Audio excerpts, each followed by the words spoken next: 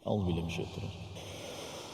Wallahu yuridu an yatuba alaikum wa yuridu alladhina yattabi'una ash-shahawati an tamilu mailan 'azima. Sadaqallahul azim. واجعله لنا هجتين يا رب العالمين.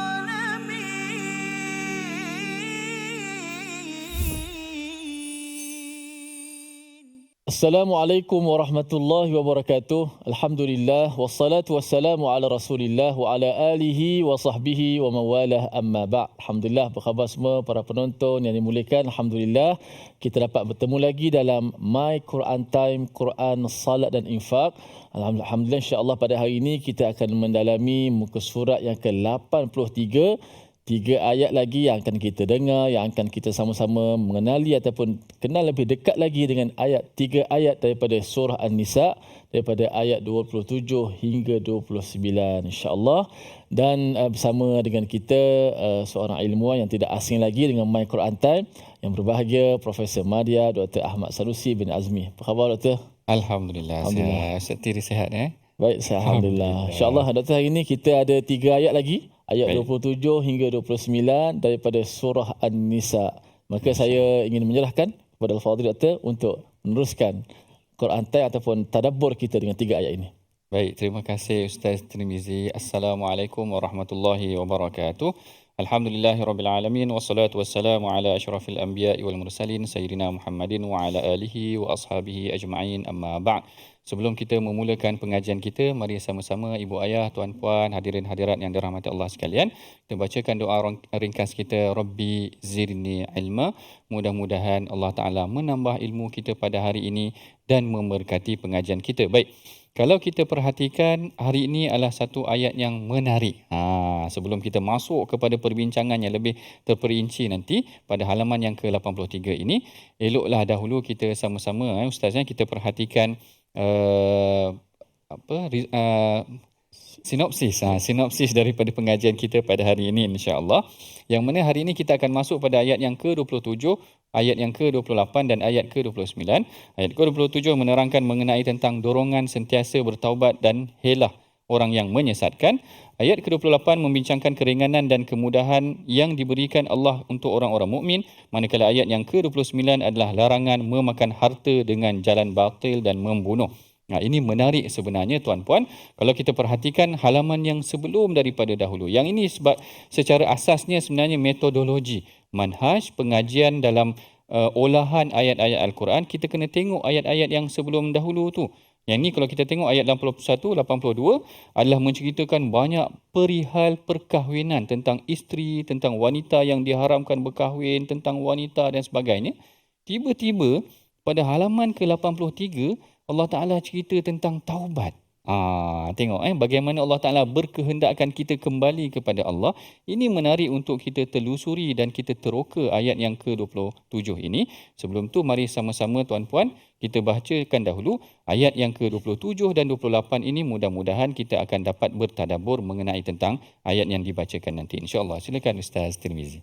Baik, terima kasih Fadhil Doktor. Insya-Allah sama-sama kita hayati bacaan daripada ayat 27 hingga 29. Tadi kita dah dengar sinopsis mula-mula taubat. Kemudian tentang larangan pula makan batil. Kenapakah manhaj ataupun metodologi yang digunakan itu? Maka sama-sama kita baca terlebih dahulu dengan panduan daripada sinopsis tadi, mudah-mudahan kita dapatkan penghayatan daripada bacaan kita, insya-Allah. Auzubillahi minasyaitonir rajim. Wallahu yuridu an yatuba alaikum wa yuridu alladhina يتبعون الشهوات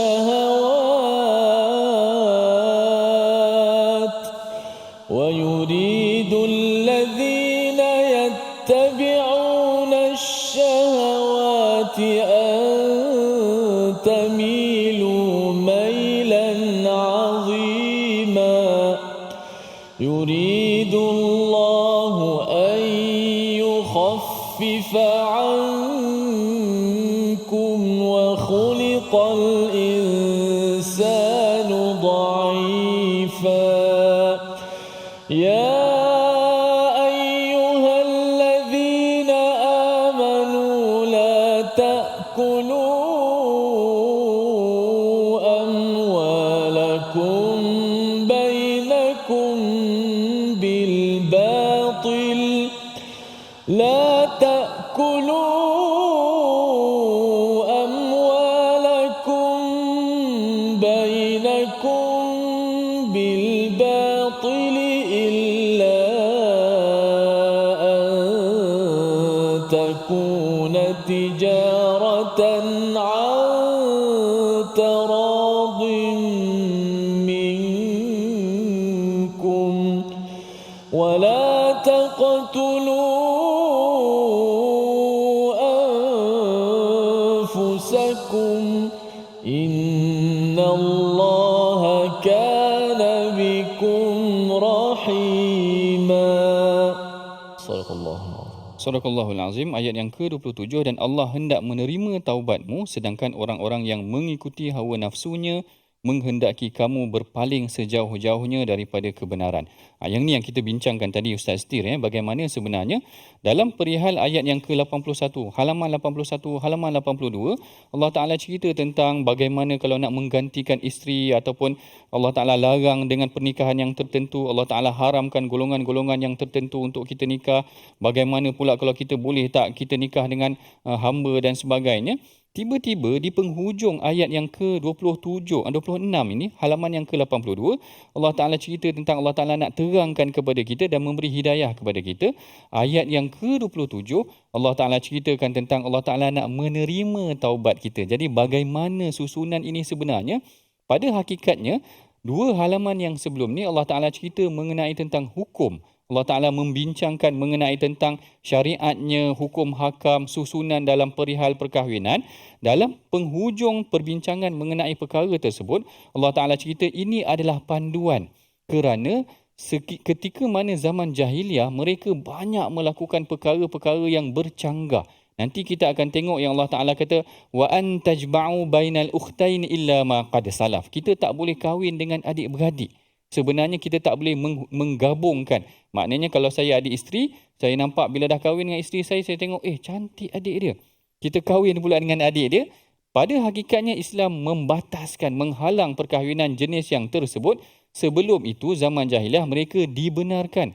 Sebab tu Allah Ta'ala bila dah cerita tentang sistem syariat apa semua ni, Allah Ta'ala beri penerangan, Allah Ta'ala kata aku nak terima taubat kamu. Maknanya kamu sebelum ni kalau dah berkahwin sekian, kalau dah tahu ada kes sebenarnya seorang sahabat yang mana dia berkahwin dengan adik-beradik susuan dia. Perkara ni tak diketahui sehinggalah disampaikan kepada Rasulullah. Lalu Rasulullah kata, engkau orang dah cerita ke aku. Bila dah cerita ke aku, perkara ni dah ada hukumnya. Bila dah ada hukum, kena bercerai. Kerana perkara tersebut memang dah diterima ataupun dah diletakkan hukum hakam dia. Sama juga dengan perkara yang sebegini, Allah Ta'ala cerita tentang hukum perkahwinan, tentang adab, tentang perkara-perkara yang diharam dan dibolehkan dalam perkahwinan. Kemudian Allah Ta'ala kata, kalau dah lakukan terdahulu, Allah Ta'ala, wallahu yuridu an yatuba alaikum. Allah Ta'ala hendak menerima taubat kamu kalau sekiranya kamu telah melakukan kesalahan tersebut. Sebahagian ulama', ini kita kena faham, sebahagian ulama' memberikan maksud ayatuba ini tak semestinya maksudnya menerima. Kalau dalam terjemahan dalam Quran ini, Allah Ta'ala hendak menerima. Sebenarnya dalam penafsiran yang lain, perkataan taubat dalam Al-Quran ada 87 perkataan. Maknanya pelbagai makna, ada yang maksudnya qabul macam kita ceritakan tadi, Allah Ta'ala nak terima. Ada yang maksudnya Allah Ta'ala nak beri taufik. Allah Ta'ala nak memberikan hidayah. Allah Ta'ala kata, wa yatuballahu ala man yasha. Allah Ta'ala berikan hidayah kepada siapa yang dia kehendaki. Ada yang maksud taubat ini juga beriman. Fastaqim kama umirta wa man taba ma'ak. Hendaklah kamu beristiqamah dan bersama dengan orang yang beriman dengan kamu. Dan di dalam ayat ini saya melihat ianya adalah untuk kita kembali. Satu, maknanya sekiranya setelah dilakukan segala kesalahan yang kita lakukan ketika perkahwinan, kita sepatutnya kembali kepada Allah Subhanahu Wa Taala, dan yang keduanya kita hendaklah bertaubat sekiranya kita telah melakukan kesilapan-kesilapan. Apakah kesilapan yang dilakukan oleh kaum terdahulu dalam perkahwinan pun sebenarnya banyak perkara dosa. Nanti kita bincang selepas daripada ini. Jangan ke mana-mana, kita berehat dahulu seketika. My Quran Time, Quran, solat dan infak. واجعله لنا هجتين يا رب العالمين.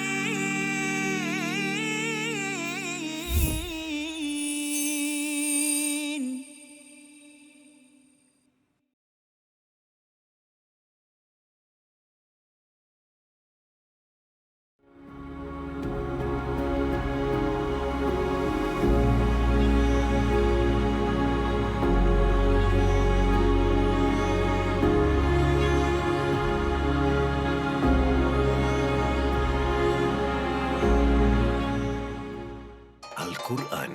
Pelajari dan dalami kesempurnaan bacaan mengikut hukumnya. Fahami dan hayati maksudnya. Amalkan dan jadikannya sebagai panduan kehidupan. Bukan hanya kita belajar tadabbur, bahkan kita akan belajar tajwid secara mendalam dan ada segmen hafazan. Saksikan episod baharu My Quran Time 2.0 setiap hari 12.30 hari di TV9 juga di saluran Astro 149. مجاهينا وارزقنا تلاوته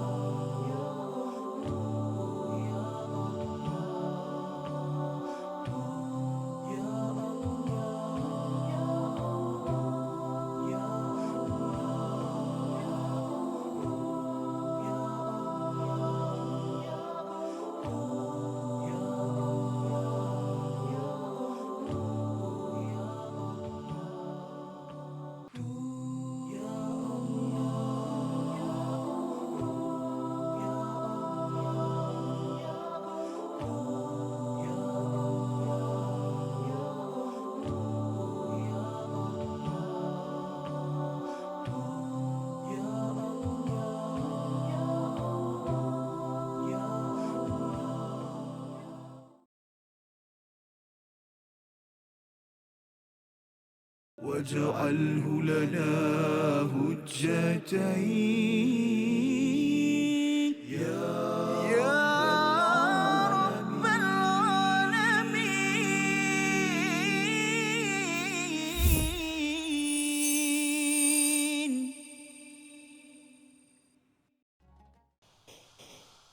والله يريد أن يتوب عليكم ويريد الذين يتبعون الشهوات أن تميلوا ميلا عظيما. صدق الله العظيم. Sadaqallahul Azim. Dan Allah hendak menerima taubatmu. Ini yang kita bincangkan pada awal tadi. Bagaimana ada beberapa maksud taubat. Yang pertama maksudnya qabul. Allah Ta'ala nak menerima taubat kita sekiranya kita telah melakukan beberapa kesalahan dalam perihal perkahwinan seperti mana yang telah direncanakan ataupun yang telah digariskan oleh syarak. Manakala yang kedua, Allah Ta'ala nak memberikan taufik. Taubat juga Allah Ta'ala hendak memberikan taufik kepada kita. Allah Ta'ala nak bimbing kita agar kita kembali kepada syariat Allah. Sedangkan Allah Ta'ala kata, وَيُرِيدُ الَّذِينَ يَتَّبِعُونَ الشَّهَوَاتِ. Sedangkan orang-orang yang mengikuti nafsunya berkehendakkan agar kamu berpaling jauh daripada Allah. Siapa yang sebenarnya Allah Ta'ala maksudkan dengan orang yang mengikuti syahwat? Yang ini yang diperbahaskan oleh para ulama tafsir. Menurut Al-Imam Ibn Ashur, yang pertama orang yang mengikuti syahwat ini adalah kaum musyrikun. Kerana kaum musyrikun ini ada beberapa teknik perkahwinan dia yang sangat aneh. Allahu Akbar.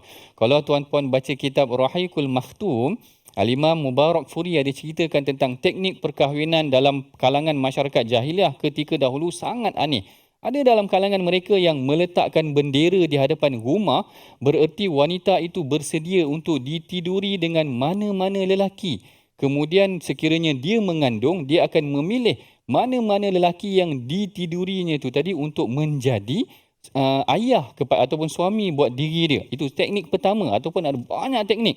Ada teknik yang kedua, seorang suami sendiri yang suruh isteri dia tidur dengan lelaki yang lain dengan harapan supaya, sebab mereka ni kahwin dekat. Bila kahwin dekat, dia pun tahu sebenarnya kalau kahwin jauh barangkali dia dapat zuriat yang lebih baik, lebih cerdik ke, lebih handsome ke, dia suruh tidur dengan lelaki lain. Ini juga disebutkan oleh Syekh Mubarak Furi dalam kitabnya Rahiqul Makhtum. Agak aneh apa yang dilakukan oleh kaum musyrikun tentang bagaimana ini yang kita katakan jahiliah itu tadi tidak ada sistem yang kemas. Maknanya suami sendiri suruh tidur dengan orang lelaki lain, ataupun seorang perempuan nak tidur dengan berapa ramai lelaki pun boleh dibenarkan. Ini sistem yang rosak. Allah Ta'ala turunkan panduannya jelas dalam Al-Quran, dan Allah Ta'ala kata kami nak terima taubat kamu, kami nak bimbing kamu, dan kami nak kamu beriman kepada Allah Subhanahu Wa Ta'ala. Pertama, golongan musyrikun dengan teknik perkahwinan yang sangat pelik-pelik ini tadi.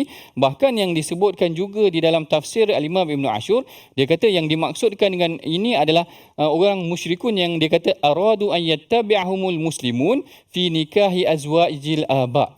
Dia kata yang dimaksudkan di sinilah golongan musyrikun yang mana dia berkehendakkan orang muslim ini sama macam mereka untuk bernikah dengan isteri kepada ayah-ayah mereka. Pelik kan, tengok fi nikahi azwajil aba, iaitu dia kaum musyrikun mengharuskan kalau sekiranya ayah dia meninggal, ayah dia kahwin ramai, maknanya dia ada mak tiri yang mungkin ayah dia kahwin dengan seorang mak tiri yang muda, dia mengharuskan kahwin dengan mak tiri dia sendiri.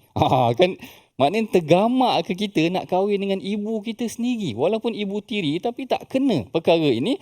Lalu Allah Ta'ala kata ini yang kami tidak mahu. Orang musyrikin nak kita ikut sebagaimana yang mereka lakukan, tapi sebenarnya Islam telah meletakkan garis panduan. Hari ini kalau tuan-puan tengok di sebelah barat, macam-macam hewaya dah berkecamuk. Ada yang anak kahwin dengan ibu dia sendiri, keluar sok khabar. Yang ini kalau saya nak cerita macam-macam kes lagi yang berada di barat. Barat ini dah tak ada sistem, dah terlalu liberal, dah tak kisah. Adik-beradik nak kahwin dengan adik-beradik pun ada anak nak kahwin dengan ibu dia sendiri. Ini adalah apa yang pernah berlaku pada zaman jahiliah. Al-Quran datang memberikan hidayah. Al-Quran kata antamilu mailan azima, mereka nak kamu ni jauh daripada Islam. Golongan pertama yang disebutkan di dalam ini adalah iaitu golongan musyrikun. Ada yang kata sebenarnya golongan Yahudi, kerana Yahudi ini aradu an yattabi'uhum fi nikahil akhawat. Orang Yahudi ini dari aspek syariatnya mereka mengharuskan untuk bernikah dengan al-akhawat minal ab, iaitu adik-beradik ayah. Maknanya agak aneh juga kalau boleh kahwin dengan makcik kan. Tapi ada yang berlaku di kalangan masyarakat Yahudi itu sendiri. Bahkan ada yang bermaksud ini mungkin juga ditujukan kepada Yahudi yang mengharuskan untuk wal jam'u bainal ukhtain, iaitu kahwin dengan adik-beradik. Macam yang saya sebut tadi, saya kahwin dengan isteri saya tengok adik dia lagi cantik, jadi kahwin dua-dua sekali. Sebenarnya dalam Islam Allah Ta'ala melarang. Allah Ta'ala kata wa an tajma'u bainal ukhtaini illa ma qad salaf. Allah Ta'ala melarang daripada perkahwinan yang sedemikian. Kemudian ayat yang ke-28, Allah Ta'ala kata kenapa Allah Ta'ala letakkan sistem yang tersusun dalam perihal perkahwinan ini. Allah Ta'ala kata yuridullahu an yukhaffifa ankum. Sebenarnya dalam sistem yang begitu detail teliti ini, Allah Ta'ala nak memudahkan kita supaya kalau kita tengok betapa berkecamuknya kalau kita tak ikut sistem yang kita telah letakkan tadi. Kalau dikahwinkan adik-beradik itu tadi, nanti kalau dia dapat anak, mana kita kahwin dengan akak dia dan kita kahwin dengan adik perempuan dia sekali, sama-sama adik-beradik kahwin. Kalau dapat anak, nak cerita macam mana? Nak jadi anak saudara ke, anak sendiri ke, anak tiri ke? Jadi berkecamuk. Kalau kahwin pula dengan ibu tiri itu tadi, akan jadi adik-beradik ke? Kalau dapat anak, akan jadi berkecamuk. Susah untuk disusun sistem kekeluargaan itu sendiri. Institusi kekeluargaan akan jadi berkecamuk. Jadi sebab tu Allah Ta'ala kata yuridullahu an yukhaffifa ankum. Sebenarnya perkara ini untuk meringankan lagi, memberikan kamu, walaupun dalam pensyariatan yang begitu detail ini, dia sebenarnya adalah bagi memudahkan kamu. Allah Ta'ala hendak memberikan kemudahan bagi kamu. Wa khuliqal insanu dha'ifa, dan manusia itu diciptakan dengan bersifat lemah. Yang ini penafsirannya luas.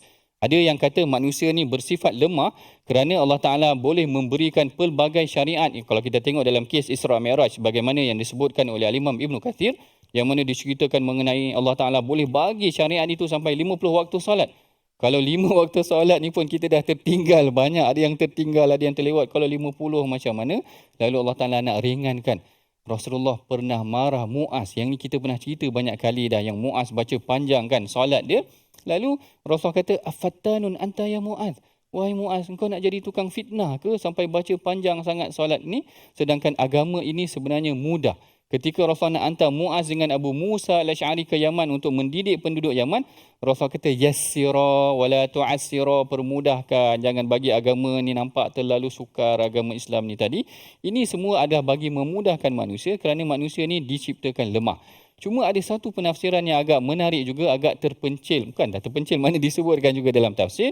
Yang dimaksudkan dengan manusia ni dijadikan dalam keadaan yang lemah dalam urusan yang melibatkan wanita. Maknanya kalau urusan yang melibatkan wanita ni manusia boleh jadi lemah sikit. Sama ada lemah dari aspek dia boleh menjadi emosi ke, ataupun ini yang disebutkan oleh beberapa tabi'in macam Qatadah, Taus, yang mana ulama-ulama tafsir pada zaman tabi'in, mereka merasakan sebenarnya ayat ini diciptakan manusia dalam keadaan yang lemah ini kerana sebelum tu cerita tentang perkahwinan dan melibatkan dalam surah An-Nisa, apa yang melibatkan wanita mungkin akan boleh menjadikan manusia itu lemah. Ini ada dalam sebahagian penafsiran, tetapi Syekh Tantawi mengambil pandangannya lebih umum. Maksudnya, kalaulah boleh diumumkan, mana manusia ni memang secara lumrahnya kita lihat dia dijadikan dalam keadaan yang lemah dari aspek nak menanggung ibadah, nak menanggung syariat itu pun tak mampu, ataupun lemah untuk berdiri dengan sendirinya. Manusia memang lahir dalam keadaan yang lemah, keluar daripada tempat yang lemah, dijadikan daripada air yang hina sedemikian, tiba-tiba bila dah besar, dia ingkar kepada Allah Subhanahu wa Ta'ala. Ini yang kita ceritakan tentang cantik. Susunan dia adalah yang pertama itu adalah tentang pembersihan diri dan jiwa. Taubat, pembersihan diri, kemudian pembersihan susunan dalam kekeluargaan. Tiba-tiba Allah Ta'ala beralih pada ayat yang ke-29, cerita tentang pembersihan harta. Allah Ta'ala cerita tentang ya ayyuhallazina amanu la ta'kulu amwalakum bainakum bil batil.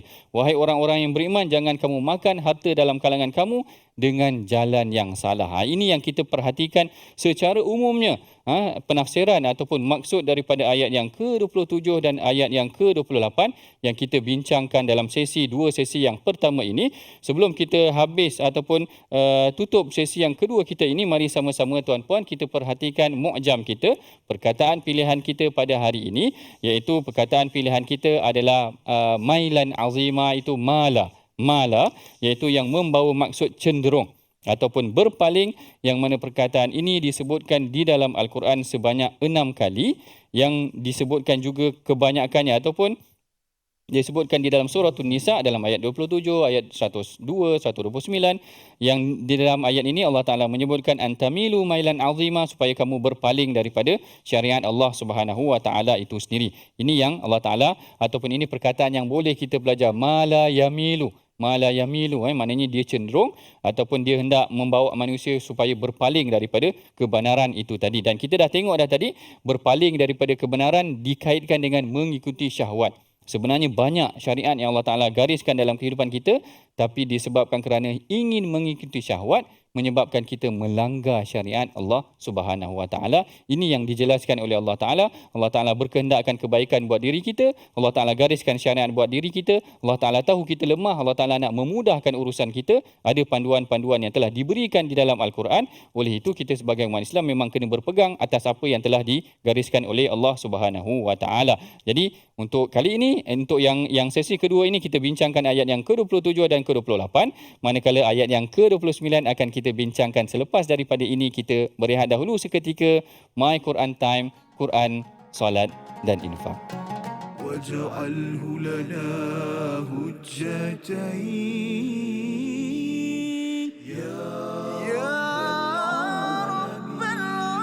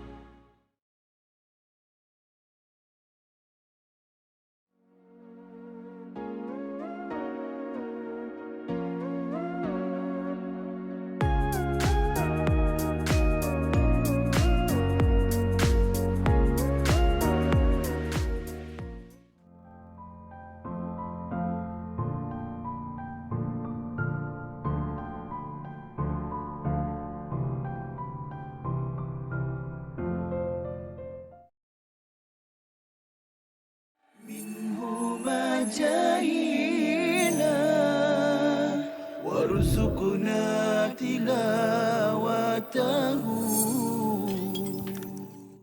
Hadis tu, ada hadis lain? Contoh lain kita boleh kongsikan? Okay. Yang kedua ialah mentaliti sebahagian masyarakat kita yang percaya bahawa pada malam 27 Ramadan, Baik. malam 27 likur, roh akan kembali. Ataupun di bulan Ramadan, roh-roh yang telah meninggal dunia kembali ke rumah untuk melihat zuriat mereka, anak cucu mereka. Ini juga tidak ada asalnya. Kadang-kadang sebahagian masyarakat menyediakan pelita. Okey. Untuk bila tanya kenapa, kalaulah untuk sekadar menerangkan jalan, okeylah.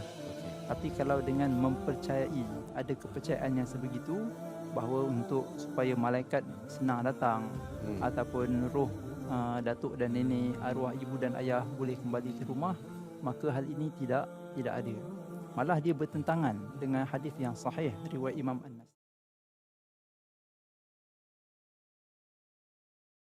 واجعله لنا هجتين يا رب العالمين.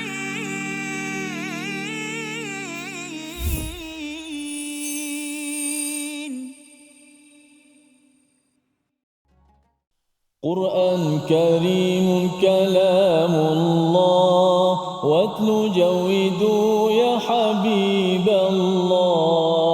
قرآن كريم كلام الله واتل جودوا يا حبيب الله. فاستمعوا يهدينا الله وأنصتوا يرحمنا الله. فاستمعوا يهدينا الله وأنصتوا يرحمنا الله. Alhamdulillah, terima kasih kepada semua para penonton terus setia dengan My Quran Time, Quran, Salat dan Infak. Alhamdulillah kita dah dengar kupasan tadabbur daripada ayat yang ke-27 daripada yang bahagia Profesor Madia, Dr. Ahmad Sanusi sebentar tadi. Moga-moga dapatlah kita sesuatu daripada ayat yang begitu besar pengertian maknanya kepada kita, sentiasa kita kembali kepada Allah Subhanahu Wa Taala. Dan para penonton di rumah juga di studio yang hadir pada hari ini, alhamdulillah kita lihat dari sudut tilawah Al-Quran, dari sudut disiplin pembacaan Al-Quran, kita boleh fokus pada ayat 27 yang telah kita baca dan juga tadabbur sebentar tadi. Okey. Kalau dalam tadi perkataan pilihan mala yang bermaksud cenderung kepada sesuatu. Kalau dalam istilah ilmu tajwid, ilmu qiraat, kita akan jumpa satu perkataan disebut sebagai imalah. Imalah yang bermaksud condong. Bacaan secara imalah condong. Condong macam mana? Kalau dari sudut makna tadi itu maknalah, tapi dalam konteks Al-Quran, qiraat, tajwid, bacaan condong itu ialah bacaan antara baris atas dan juga baris bawah. Baris atas apa dia? Macam mana sebut baris atas? A. Baris bawah? I. Di tengah-tengah antara baris atas dan bawah tu ada lagi baris kat situ. Disebut sebagai imalah. Sama ada imalah sebesar atau imalah kecil. Kalau imalah kecil, kalau Musa, baris atas. Baris bawah, C. Jadi di tengah-tengah tu ada dua lagi disebut sebagai imalah kecil. Condong yang sedikit. Musa. Kalau condong yang besar, Musa. Gitu. Cuba sebut sikit. Musa. Fathah baris atas, Musa. Itu. Tapi kalau Musa, tak ada Musa. Musa kat Atika tak ada. Orang Kelantan tak boleh sebut mu walaupun dia Musa. Tak boleh sebut gitu. Qala Musa, tak boleh Musa. Musa. Tu. Dia bacaan dia bagi imalah, dia panggil condong. Kita dalam kita baca 30 juzuk ni, imam kita, Imam Hafs an Asim, ada tak bacaan imalah?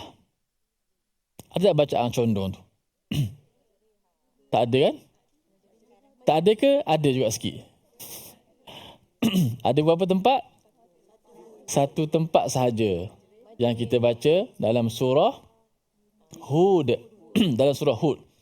Wa qala irkabu fiha bismillahi majri. Tang situ pula kita majri. Tak ada majra, tak ada majri. Majriha kita baca. Situ imalah. Dalam bacaan riwayat kita Imam Hafsun an Asim daripada Tariq Syatibiyah. Situ satu tempat aje. Jadi kalau kita nak baca banyak-banyak imalah tu, nak baca condong yang banyak-banyak tu, itu qiraat lain lah. Kita kena belajar qiraat tu supaya kita boleh baca macam tu. Kan wadduhi والليل إذا سجى ما ودعك ربك وما قلي وللآخرة خير لك من الأولي. Baca gitu. Tapi panjang masa pula lah nak belajar tu. Mungkin my Quran akan datang dah habis tajwid, dah mantap semua dah. Yang asas tu, yang penting tu, barulah kita maju setapak lagi ke hadapan, belajar pula ilmu qiraat, pelbagai wajah-wajah bacaan. Kita lihat dahulu slide kita yang pertama, memang yang pertama yang ada pun, menyempurnakan sebutan huruf ya. Dalam ayat yang ke-27 ni banyak ya. Saya duk perhati nak ambil kat mana. Hari-hari tajwid ni nak ambil kat mana fokus. Dalam ayat ke-27 ni banyak sekali huruf ya yang boleh kita latihkan dalam ayat ini. Sebutan ya yang pelbagai itu. Yang pertama wallahu yu bagi depan. Kemudian yuridu ada ya mati. Yatuba ada ya bagi atas. Alaikum ya mati sebelum bagi atas pula. Wa yuridu ulang lagi perkataan tu. Yattabi'una asyahawati an tamilu mailan azima. Banyak sekali huruf ya dalam ayat ke-27 ni sehingga tak terkira kita. Okey, kita test satu-satu. Wallahu yuridu an yatuba alaikum. 1, 2 mula. Wallahu yuridu an yatuba alaikum. Di mana terletaknya makhraj huruf ya? Di mana terletaknya makhraj huruf ya? Penonton di rumah boleh jawab, boleh tulis kat ruangan Facebook tu. Dan juga penonton-penonton di studio memang tak boleh lari lah. Di manakah terletak tarikh lahir dia? Tarikh lahir, tempat lahir huruf ya. Cuba sebut ya. Ya. Ai. Rasa-rasa di mana huruf ya tu terletak? Di mana? Lidah. Sekurang-kurangnya kita dapat jawab lidah dulu, tak apa dah. Secara detail lagi, di mana lidah tu? Tepi ke? Tengah ke? Hujung ke? Pangkal ke? Dah macam cerita Piramli lah pula. Di tengah lidah. Cuba sebut ai. Fungsi kita akan rasa tengah lidah kita tu dia menghimpit sedikit ke atas. Okey. Wallahu yuridu an yatuba alaikum. Wallahu yuridu an yatuba alaikum. Yang pertama yuri. Bila dia mati tetap tengah lidah tu berfungsi. Dah agak lama sedikit sebab dia mat. Yuri dan selepas tu ayatu. Ni kena hati-hati. Walaupun nun mati bertemu dengan ya, nun masuk ke dalam ya, kita tak boleh sebut secara betul-betul ya sahaja. Betul kena ya. Tapi kita kena masuk hidung juga pada masa yang sama sebab dia gunnah dekat situ. Idgham ma'al gunnah. Masuk serentak dalam hidung dan juga dekat mulut dekat ya tu. Ayatuba. Sebut.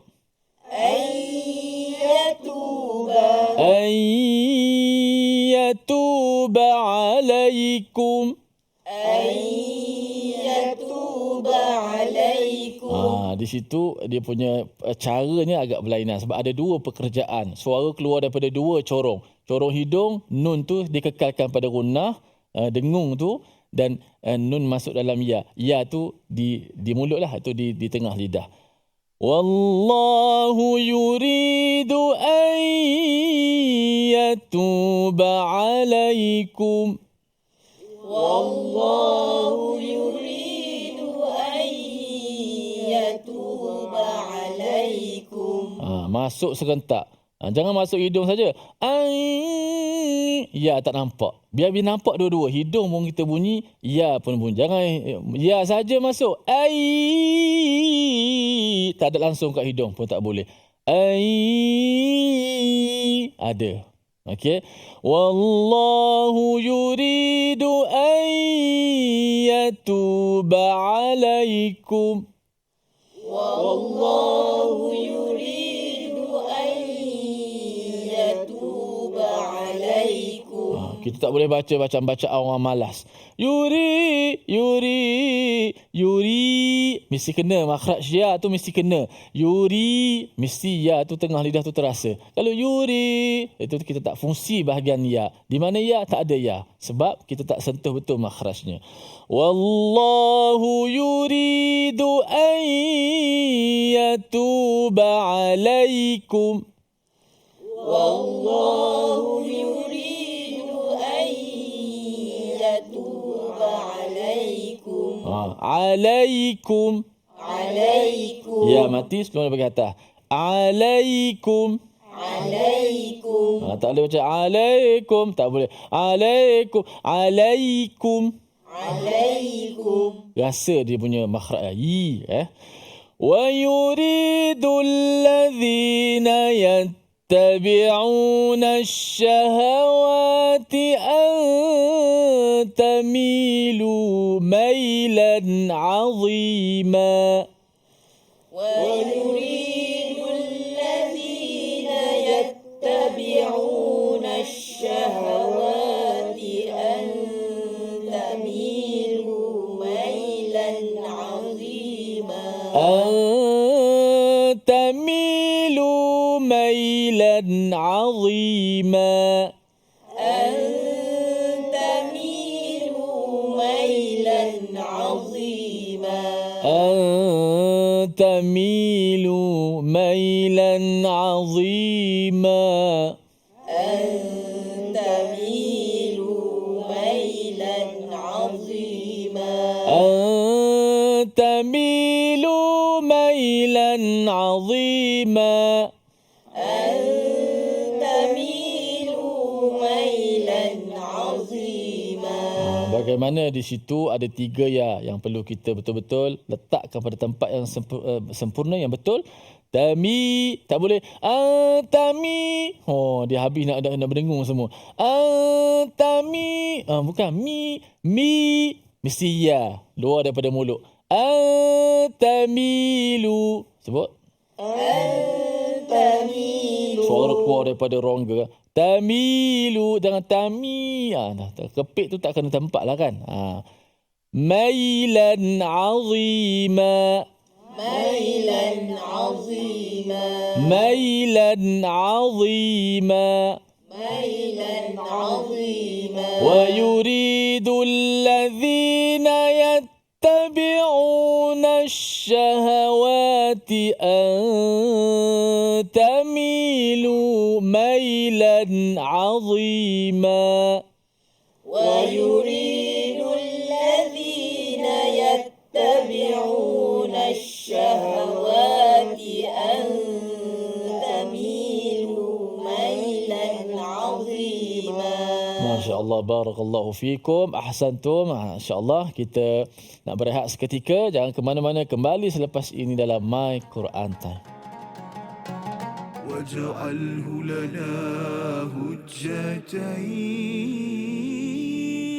يا رب العالمين.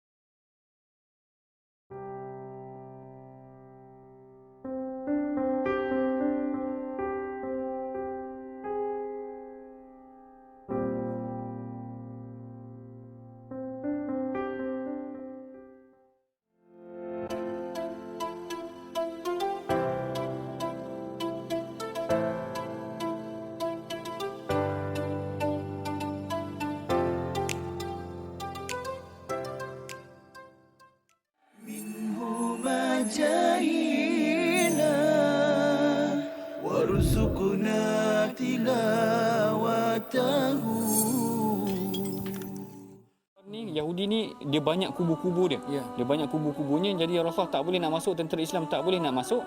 Akhirnya Rasulullah kata la atiyanna rayata ghadan ila rajulin yuhibbullahu wa yuhibbu.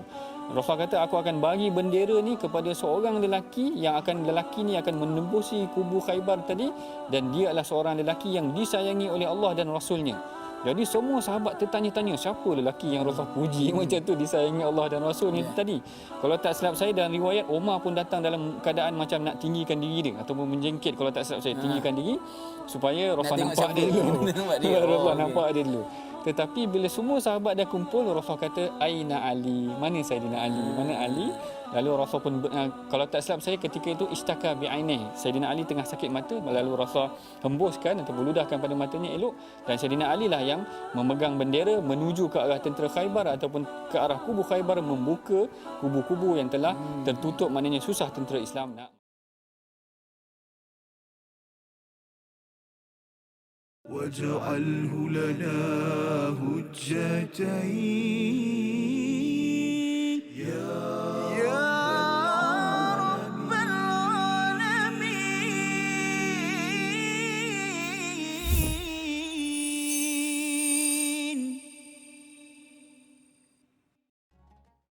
Alhamdulillah, bertemu kita lagi dalam rancangan My Quran Time. Kita baru sahaja mempelajari mengenai tentang ilmu tajwid, ilmu yang sangat penting dalam kita menekuni ataupun memperbetulkan bacaan Al-Quran kita, yang mana ilmu ini yang diterapkan oleh Rasulullah sallallahu alaihi wasallam melalui beberapa sahabat yang tertentu.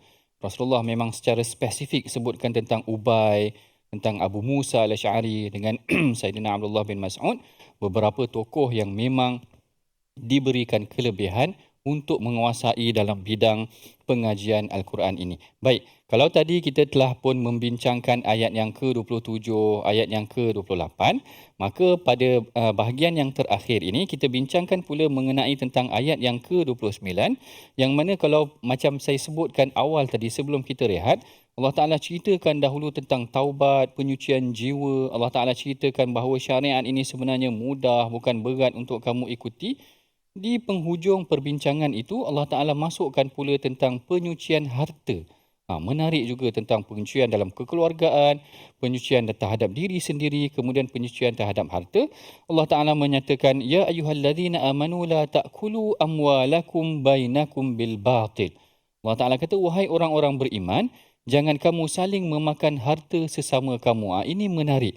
Allah Ta'ala kata, la ta'kulu amwalakum, yang diterjemahkan di sini sebagai harta-harta milik kamu dan kawan-kawan kamu. Maknanya, harta-harta yang banyak kita ambil ni kadang-kadang harta kawan-kawan kita juga, sesama kita. Jadi penggunaannya adalah, Ya ayyuhalladzina amanu, la ta'kulu amwalakum, harta sesama kamu. Dan ini menarik juga yang disebutkan oleh Syekh Sya'rawi dalam membincangkan mengenai tentang taklif ataupun satu syariat ataupun satu hukum, maka Allah Ta'ala akan mulakan dengan perkataan Ya ayyuhallazina amanu, kerana Allah Ta'ala tidak boleh memberikan Ya ayyuhan nas, wahai manusia secara umumnya, tetapi taklifan ini, tanggungjawab ini dikhususkan juga buat orang yang beriman, kerana orang yang beriman ini berhak ataupun memang wajib menanggung apa yang telah ditaklifkan, yang dipertanggungjawabkan, lalu dimulakan dengan perkataan Ya ayyuhallazina amanu la ta'kulu, jangan kamu makan. Jangan kamu makan di sini sebenarnya membawa maksud jangan kamu ambil. Yang ni yang diterangkan oleh Syekh Tantawi. Kenapa Allah Ta'ala kata jangan makan? Kerana makan ini pada kebiasaannya menjadi objektif pencarian harta itu tadi. Kerana manusia memerlukan makan itu tadi. Maka Allah Ta'ala sebutkan tentang la ta'kulu, jangan kamu makan. Pada hakikatnya, la ta'kulu ini maksudnya secara umum jangan kamu ambil apa sahaja harta kawan-kawan kamu ataupun harta di kalangan sesama kamu, bainakum bil batil. Bil batil ini dengan jalan yang salah. Dengan jalan yang salah banyak. Contohnya, Syekh Tantawi menyebutkan yang pertama dengan jalan yang salah iaitu dengan jalan riba. Kita pinjam duit kawan kita, boleh aku bagi engkau duit aku, tapi nanti engkau bayar 2 kali ganda. Katakan, tapi ini perbincangannya, kita akan bincangkan dengan lebih mendalam kalau, ataupun mungkin kita telah bincangkan mengenai tentang ayat riba. Kemudian Syekh Tantawi juga menyebutkan mengenai tentang rasuah. Yang ni rasuah ni sebenarnya banyak ataupun boleh berlaku. Boleh nak dapat, dia kata boleh, tapi ulurlah sikit. Yang ini kadang-kadang berlaku juga, ulurlah sikit, duit kopi dan sebagainya. Perkara ini sangat ditegah oleh Allah Subhanahu Wa Taala. Dalam hadis secara spesifik Rasulullah kata la'anallahu rashi wal murtashi. Allah Ta'ala melaknat rasuah ni tuan-puan. Allah Ta'ala gunakan, Rasulullah sebut sebagai laknat. Maknanya ianya adalah dosa besar yang tidak boleh dipandang ringan. Upah-upah yang kecil, duit kopi yang kita pandang macam ringan, sebenarnya ianya adalah satu perkara yang berat. Rasuah tidak boleh diambil secara yang tidak benar. Kalau dalam satu peperangan, saya pernah cerita pada tuan-puan mengenai tentang ambil dengan jalan yang salah. Ada seorang lelaki, dia mengambil sedikit harta rampasan perang, ghanimah, kita panggil ghil, iaitu dia mengambil dengan jalan yang salah, macam rasuah tu tadi, ataupun macam riba tu tadi, ataupun dengan pencurian tu tadi, dia mengambil dengan jalan yang salah. Lalu perkara ni dimaklumkan kepada Rasulullah sallallahu alaihi wasallam. Bila sampai perkara ni kepada Rasulullah, sahabat ni baru balik daripada jihad, maknanya menyertai jihad, dapat harta rampasan perang, tiba-tiba dia ada ambil sikit sahaja. Yang sahabat cek, dia kata tak sampai berapa sahaja harta yang dia ambil. Bila perkara ni dimaklumkan kepada Rasulullah tentang meninggalnya sahabat ni tadi, Rasulullah kata sallu ala sahibikum. Rasulullah kata kamu sahaja yang sembahyangkan dia. Sahabat terkejut. Maknanya sahabat kata Rasulullah tak nak salatkan kat dia. Allahu Akbar. Ini satu perkara yang besar, sampai satu tahap Rasulullah tak nak solat orang yang mengambil harta orang lain dengan jalan yang salah. Ghanimah adalah harta kerajaan. Ghanimah adalah harta negara yang diambil, diperolehi daripada kesan ataupun setelah selesai peperangan. Kalau kita ambil dengan jalan yang salah, seakan-akan kita mencuri, Rasulullah sendiri tak nak salat kepada golongan sedemikian. Bayangkan kalau kita ambil harta dengan jalan yang salah, milik kerajaan, milik orang lain, milik sesiapa sahaja, maka apa azab yang akan kita terima. Begitu juga dengan ghasab. Ghasab ni maknanya kita ambil orang secara rampas. Tanah orang kita suka hati rampas, kita kata milik kita, ataupun sariqah, kita curi harta dia, ataupun khianat, kita melakukan pengkhianatan, kezaliman dan sebagainya. Penutupnya dua Allah Taala sebut. Allah Taala kata la ta'kulu amwalakum. Hujung tu kemudian Allah Taala kata illa an takuna tijarah. Tapi boleh ambil harta sesama kita melainkan dengan perniagaan yang kamu saling redha. Itu boleh. Kata aku nak jual kereta aku, boleh. Berapa harganya sekian-sekian, boleh diambil dengan jalan yang perniagaan yang diredai sesama kita. Kemudian Allah Taala kata wala taqtulu anfusakum. Di sini Allah Taala kata jangan kamu bunuh. Allah Taala tutup dengan jangan kamu bunuh diri kamu. Sebenarnya ada tiga penafsiran yang berbeza. Pertama adalah bunuh diri yang dimaksudkan daripada ayat ini. Yang kedua, ada ulama kata jangan bunuh sesama kamu ni, maknanya jangan bunuh orang lain. Yang ketiga yang disebutkan oleh Al-Imam Ibn Kathir agak aneh sedikit, dia kata jangan kamu lakukan maksiat. Jadi Syekh Tantawi himpunkan seluruh kata-kata ni, dia kata semuanya boleh. Jangan bunuh diri, jangan bunuh orang lain, dan jangan lakukan maksiat, kerana maksiat ini akan membunuh jiwa kita. Itu yang dimaksudkan oleh yang disebutkan oleh Syekh Tantawi. Dan Allah Taala kata innallaha kana bikum rahima. Allah Taala Maha Penyayang. Tengok Allah Ta'ala lagi penyayang daripada kita menyayangi diri kita sendiri. Allah Ta'ala kata jangan bunuh diri, dia pergi bunuh diri. Allah Ta'ala kata innallaha kana bikum rahima, aku lagi sayang daripada engkau. Betapa manusia ni kadang-kadang tak sayang diri dia sendiri, Allah Ta'ala lagi sayang. Bahkan Hammad bin Salamah, seorang tokoh tabi'i kalau tak silap saya, dia kata kalaulah aku ni dihisap pada hari kiamat esok, aku lebih rela Allah Ta'ala yang hisap aku berbanding ibu ayah aku yang melakukan hisap audit ni tadi. Sebab ibu ayah kita lagi detail nanti. Ini kau minum air ni kenapa? Yang ni aku tak kasih buat begini kenapa? Allah lagi penyayang daripada kadang-kadang ibu ayah kita. Ini adalah kesimpulan yang kita boleh ambil daripada ketiga-tiga ayat yang kita pelajari daripada hari ini. Pada hari ini insya-Allah kita bacakan pula tuan-puan pada penghujung pengajian kita mengenai tentang resolusi. Apakah apa yang boleh kita amalkan daripada pengajian kita pada hari ini? Iaitu yang pertamanya adalah kita hendaklah membersihkan diri kita daripada kotoran dengan memperbanyakkan bertaubat. Dan yang kedua, kita raih kasih sayang dan rahmat Allah Ta'ala dengan ketaatan yang kita lakukan. Dan yang ketiga, kita hendaklah memastikan harta yang dimiliki bersih daripada unsur-unsur yang diharamkan oleh Allah Subhanahu Wa Ta'ala. Bagi memberkati pengajian kita pada hari ini, mari sama-sama tuan-puan kita bacakan doa yang akan dipimpin oleh Ustaz Tirmizi kita. Silakan Ustaz. Baik, alhamdulillah, sama-sama kita berdoa kepada Allah Subhanahu Wa Taala agar kita diberkati dan juga sentiasa kita menjaga setiap langkah kehidupan kita. Moga-moga rezeki yang kita dapat ataupun harta kita dapat dengan cara yang halal yang berkat dan tidak mengambil hak orang lain kerana kita bimbang pahala kita nanti bankrupt di hari akhirat. Baik. Auzubillahi minasyaitonir rajim. Bismillahirrahmanirrahim. Alhamdulillah. Salatu wassalamu ala Rasulillah. Ya Allah, Tuhan kami, ampunkanlah dosa kami, ya Allah. Ya Allah, berilah kekuatan kepada kami untuk sentiasa kami melakukan kebaikan dan ketaatan kepadamu, ya Allah. Ya Allah, berilah kekuatan kepada kami untuk kami jauhkan daripada maksiat, ya Allah. Berilah kekuatan kepada kami untuk kami jauh daripada perbuatan keji dan maksiat, ya Allah. Perkara yang mungkar, ya Allah. Ya Allah, kurniakanlah kepada kami perasaan yang tinggi, kasih sayang kepada orang fakir miskin untuk membantu mereka, ya Allah. Dan jauhkanlah fitnah kepada kami semua, ya Allah. Matikanlah kami dalam keadaan kami Islam, kami beriman, ya Allah. Amin ya rabbal alamin. Wa sallallahu wasallam wa baraka ala Muhammad walhamdulillahi rabbil alamin. Alhamdulillah. Tuan sahabat-sahabat sekalian, kupasan dan tadabbur daripada Al-Fadhil Dr. Ahmad Sanusi sebentar tadi sama-sama jadikan panduan dan sempadan dalam kehidupan kita. Moga-moga rezeki kita mendapat rezeki yang barakah, walaupun sedikit ataupun banyak sekalipun, kita pastikan kita belajar, kita dapat rezeki yang halal, tidak mengambil akan hak orang lain. Kalau kita bimbang, kita menjadi hamba yang muflis di hari akhirat, dan juga kita bimbang doa kita tidak dimakbulkan Allah Subhanahu Wa Taala. Dan saya mengajak seluruh rakan-rakan, sahabat-sahabat untuk bersama dalam tabung gerakan Al-Quran.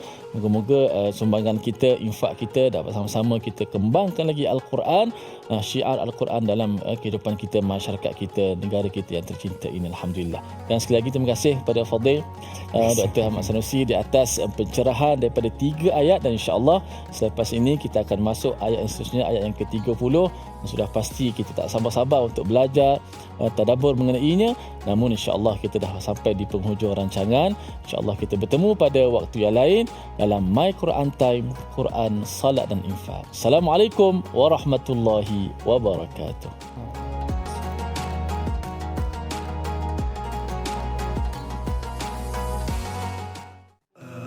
آناء الليل وأطراف النهار واجعله لنا هجتين